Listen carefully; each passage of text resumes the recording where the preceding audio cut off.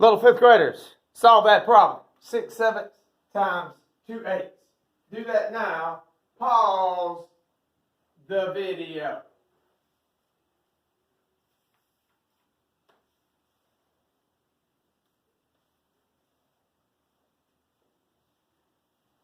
All right. Let's see how good you did. I had to get my pen. Excuse me. See? All right. First of all, numerator times numerator. 6 times 2 is 12. Denominator times denominator. 7 times 8 is 56. Ask yourself the two questions. Is it an improper fraction? The answer is no. Is it in simplest form? The answer is no. The greatest common factor of 12 and 56 is 4. 12 divided by 4 is 3. 56 divided by 4 is 14. 3/14 is your answer. All right. Yesterday, I taught you how to multiply a fraction by a mixed number. Remember, you got to change the mixed number into an improper fraction.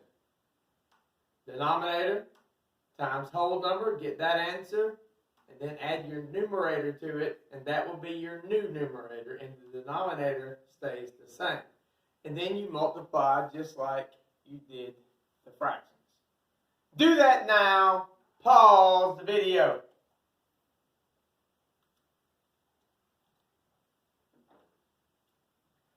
All right, let's see how good you did. So let's change this. I know I'm going to do 1/3 times something. 5 times 2 is 10. Plus 2 is 12. And my denominator is 5. So there you go. 1/3 times 12/5. 1 times 12 is 12. 3 times 5 is 15. Is that an improper fraction? No. Is that in simplest form? No. The greatest common factor of 12 and 15 is 3. 12 divided by 3 is 4. 15 divided by 3 is 5. 4/5 is the answer, and the truth shall set you free. All right, the next one. 1 and 1/12 times 3/4. Do that now. Pause the video.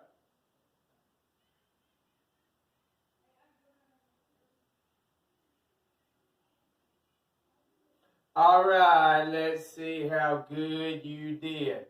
I have to change that mixed number into an improper fraction. 12 times 1 is 12 plus 1 is 13. My denominator stays the same. And then I have 3/4. So, 13 times 3, 39. 12 times 4, 48. Is that an improper fraction? No.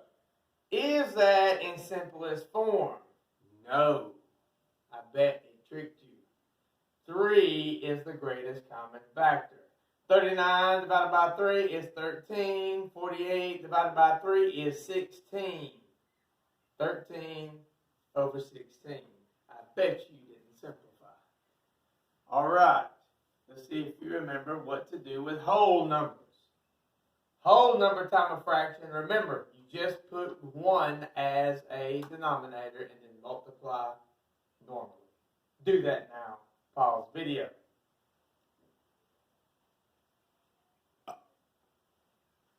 All right, let's see how good you did. 2 becomes 2/1. That's all you have to do with those whole numbers. Put a 1 underneath. Times 3/5. 2 times 3 is 6. 1 times 5 is 5. Is that an improper fraction? Yes, it is. 6 divided by 5. 5 going to 6 one time. 1 times 5 is 5. 6 minus 5 is 1. My whole number is 1. My numerator is 1. My denominator is 5. That is, in simplest form, 1 1/5.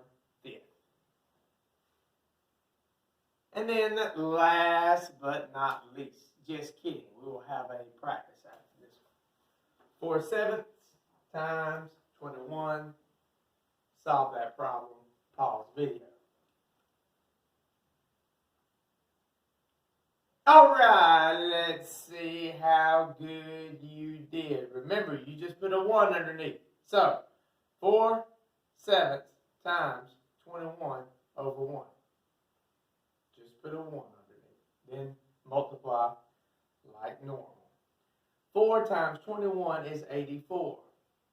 7 times 1 is 7. Is that an improper fraction? Yes, it is. 7 going to 84. How many? Well, 7 going to 8 one time.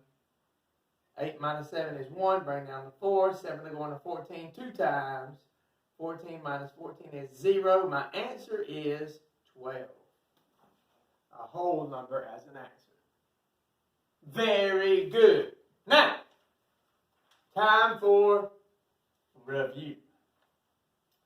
Let's do a subtraction of mixed number problem. 13 1/12 minus 1 9/10.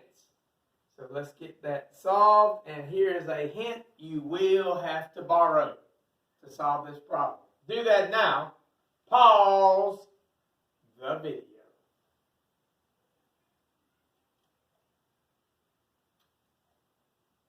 All right. You had to find the least common denominator. The least common denominator of 12 and 10 is 60. 12 times 5 is 60. 1 times 5 is 5. 10 times 6 is 60. 9 times 6 is 54. I cannot subtract 5 minus 54. So I must borrow from the 13. Then I add it, I hope you remembered all this, by 60 over 60, because 60 is my denominator. 560 plus 60 sixtieths is 65 sixtieths. Now I just bring this fraction over so I can subtract. 65 sixtieths minus 54 sixtieths equals 9 sixtieths. Now, is that an improper fraction? No. Is that its simplest form? No. 9 divided by 3, because 3 is the greatest common factor. 6 divided by 3 is 3/20.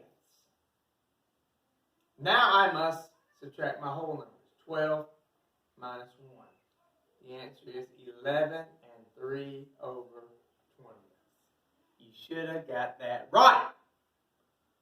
All right. Now get on with your Google Classroom. Do that right now.